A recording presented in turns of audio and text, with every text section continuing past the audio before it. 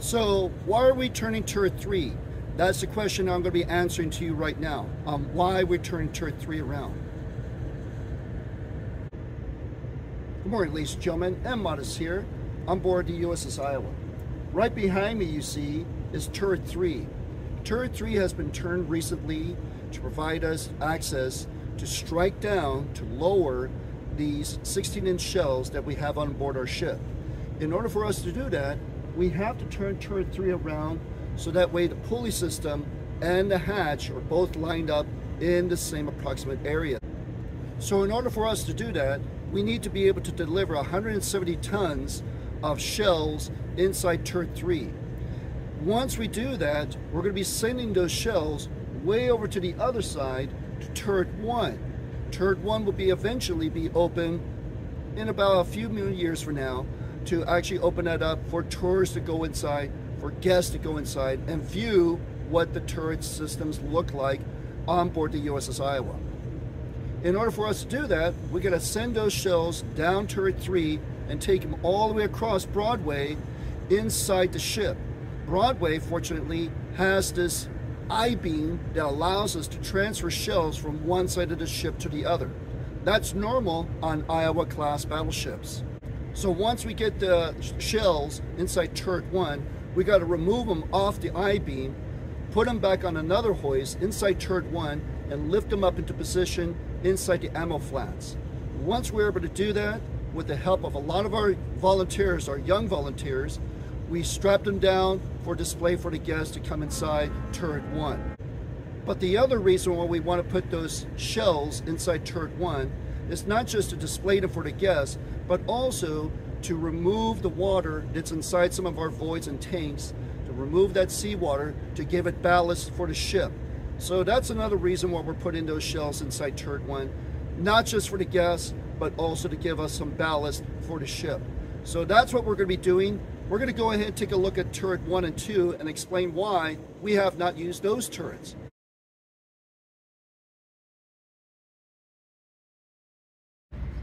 So right above me, right behind me, is turret 2. Turret 2 is no longer functional, and it will not be turned because of a couple of reasons. One, because of the disaster that happened back in 1989 in Puerto Rico, where turret 2 had an explosion inside. But the other reason as well is because if we were to turn the barrels on turret 2, those barrels will actually interfere with the passage of ships coming in and out of that channel over here in the port of Los Angeles. So for that reason, we're not going to be turning turret 2 to line up those strike down hatches to lower our shells. So right behind me is turret number 1. Turret 1 has a set of pulleys that you can see right off my right shoulder on your left side. And what the problem is with this one as well is that if we were to turn the turret, the barrels will go ahead and impede the traffic of shipping going through the channel, Port of Los Angeles. So again, the same type of issue is going to occur with turret 1. So the only feasible idea is for us to actually turn turret 3 just enough to strike them down below, to strike those shells down below. It doesn't impede too much. I'll tell you how much it impedes in a little graphic that I have planned for you.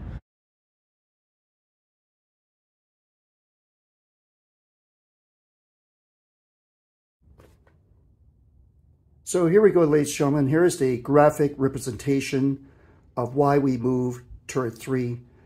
Right now I have a scale model, a 350 scale model of a turret from one of my models that I built. I took out the gun. I'll cry later. I took out the gun so I can show you what this actually looks like graphically. I have it on top of a maneuvering board. And basically a maneuvering board is what we use in maritime courses and speeds, finding out courses and speeds of other ships. But I'm going to use this maneuvering board just to show you the compass ring that we have around here. Right now, we'll just assume that the ship is headed on a course of 000, the bow of the ship. And the bow of the ship is at 000. And I want to point out and make you understand why we did not turn the other turrets. So looking at this one from the top view, looking down, on this turret, we have turret 1. Now turret 1 has these two extensions where the pulleys are attached to lower our shells to strike them down. They're represented in orange. The green circles that you see there, right over here, those are going to be the strike down hatches. They're in relative position. I'm not going to get into too much graphics, but I just want to show you what they look like.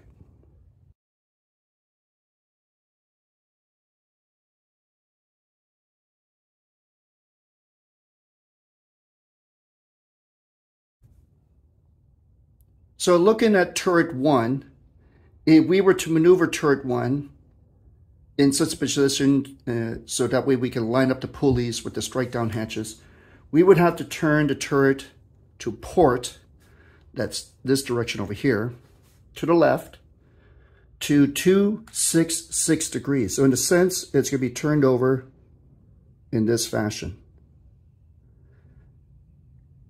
where the middle barrel is approximately, try to get it as best I can, approximately about 266. And that way we can bring the 16-inch shells down that strike down hatch. Now if we do that, as you can see, it impedes people from coming across on port side, coming from the forward, going across port side. So because of that, that was not a feasible idea. And besides, there's only about maybe about a 4-foot clearance for people to go underneath 3 barrels. No, that's not going to be doable. So we decided against using turret 1.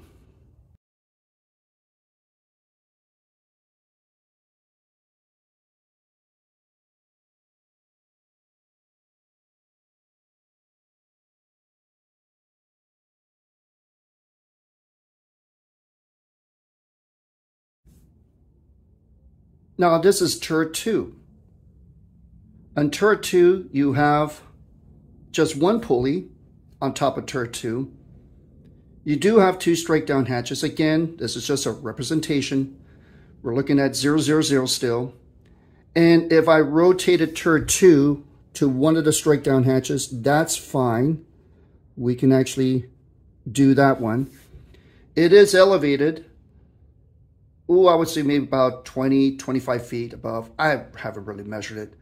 But if we wanted to get the other strike down hatch, in line, we would almost have to turn it to approximately 233, which is approximately where the middle gun is in this area here. So again, as I already mentioned to you already, turret 2 will not be rotated. It will not be transversed for obvious reasons I've already explained to you. But that kind of tells you that we have to turn the turret, we have to transverse the turret, rotate the turret, again to the port side of the ship to make sure it lines up with the strike down hatch.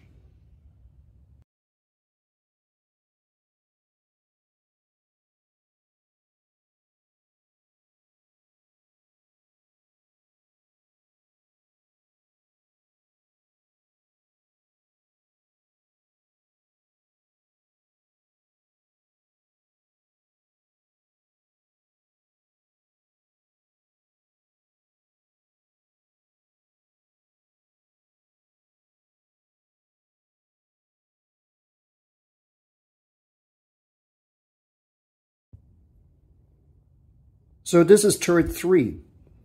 Turret 3 also has just one pulley system, and it is facing to the rear at a heading of 180. Again, mentioning that this line that's up here is headed towards the bow. Just want to make sure you know that this is heading towards the bow. Bow is in this direction. So with turret 3, we can transverse that turret to approximately 193, which is going to be right around in this area. Maybe a little bit over. But you get the idea. So right now, the pulley systems are lined up very, very well to the strike down hatch. Turret 3's barrels do not go beyond the outline of the ship. It does not impede the channel that's over here on the left-hand side of the ship, where all the commerce for Port of Los Angeles comes in.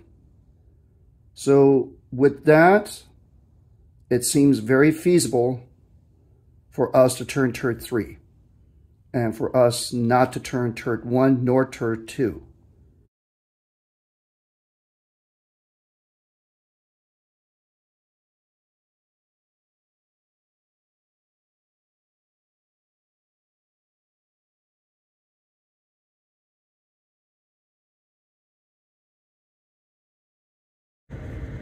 So to my YouTubers, my commenters, my guests, I hope you could come by to Southern California to come and see us on board the USS Iowa in San Pedro.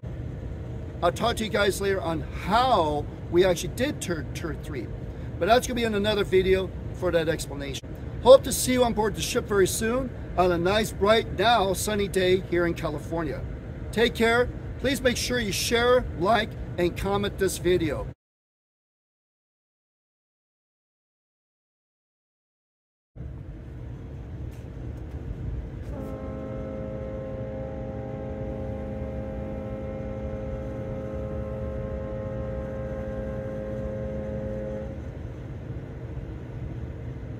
So once we get the shells inside turret 1, the next thing we'll do is we'll offload them off that I-beam, put them on another hoist, and take them up inside turret 1, and install them for display inside the ammunition flats.